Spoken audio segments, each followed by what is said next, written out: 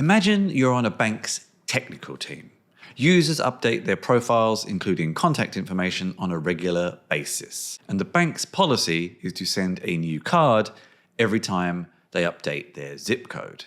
And it's your responsibility to implement this on the data side. How will you go about this? Well, the basic way is you could poll the database on a regular basis for changes, and if there is a change, then trigger that card issue process. But this is clumsy and very error-prone. Change data capture, otherwise known as CDC, offers a much better approach here.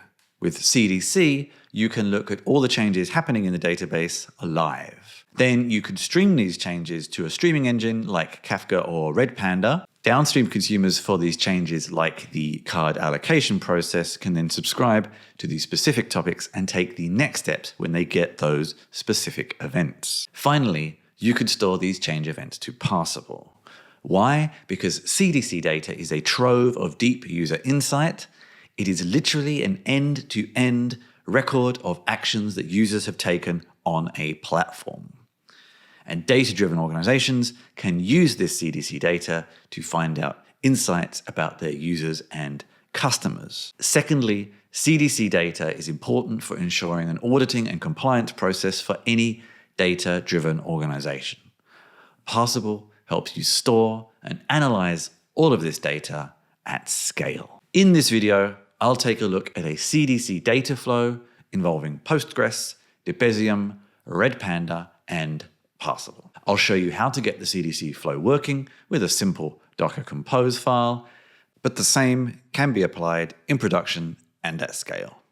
Let's jump in. There are 3 dependencies needed in addition to Parseable, and I'm going to use a Docker Compose file to pull all those in and configure them. Let's get hold of that file first, and then I will talk through what they are. So before I start them, let's actually have a look at what's in the compose file and what the 3 dependencies are. So let's start from top to bottom here. First, there is Redpanda, and also Redpanda Connect is part of this. Redpanda is a Kafka-compatible event streaming platform that will act as the message broker in this example, and Redpanda Connect lets that connect with more than 20 different connectors. And you can see there's a lot of configuration needed here, but most of it, if you've ever used Kafka or things like it, is somewhat self-explanatory. And then down here, we have Debezium and Postgres. Postgres is a well-known database and the source of the data changes. And Debezium is the CDC tool that captures the changes from the database. And again, they'll have a fair bit of configuration that you can find more on in their own individual documentation. And then finally, here is Parseable, pulling in the image and what command to run, as well as the volumes to mount, so the data, and then the staging, which will push that local data to a remote location, should you wish, and then the environment variables that's set there. With all that in place, we can actually now run it by setting the file and then running it as a daemon. And that will take a little bit of time. Some of these I already have on my local system. If you don't, then of course that will take a little bit longer. But eventually, if you use Docker Desktop or anything similar, you will see the images coming in, and then eventually also the containers, all part of this CDC quick start Docker Compose workflow that was defined in that file. And yeah, there we go. They're all now running. The next step is to configure Debezium to capture changes from the database using the connector for PostgreSQL.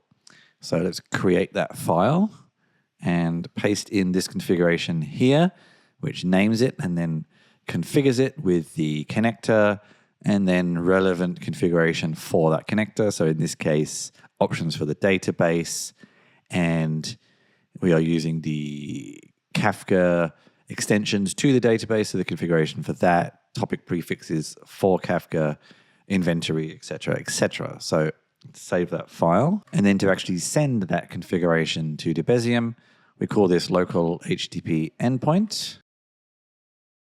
And there we go. There is the feedback that it has been sent and accepted. Now let's configure Parseable. It is running as part of that Docker compose up command, and we'll create a new stream. Parseable is a powerful but flexible tool for log ingestion and analysis, allowing you to capture, store, and analyze the changes captured by the CDC pipeline in this particular use case of Parseable. And streams let you logically divide these various data sources. You can, of course, have multiple, and they can come from different sources, but we're only going to need one.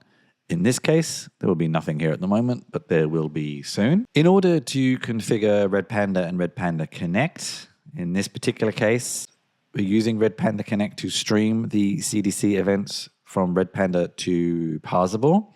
And you configure that with a config file, but we need to actually get into the container to do this in this particular case with the exec command, and then get the config file from GitHub with curl, and finally apply that config file.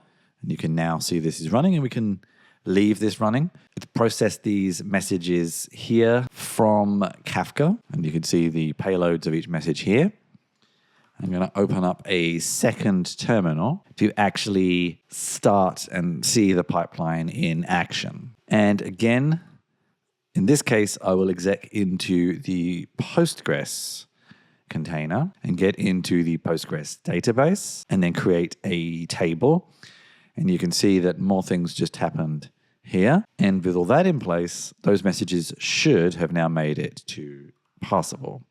There we go. 5 events, all pretty much reflecting what we saw in that database data. So reflecting those changes in the database. The operation field here shows the operation performed on the table or row.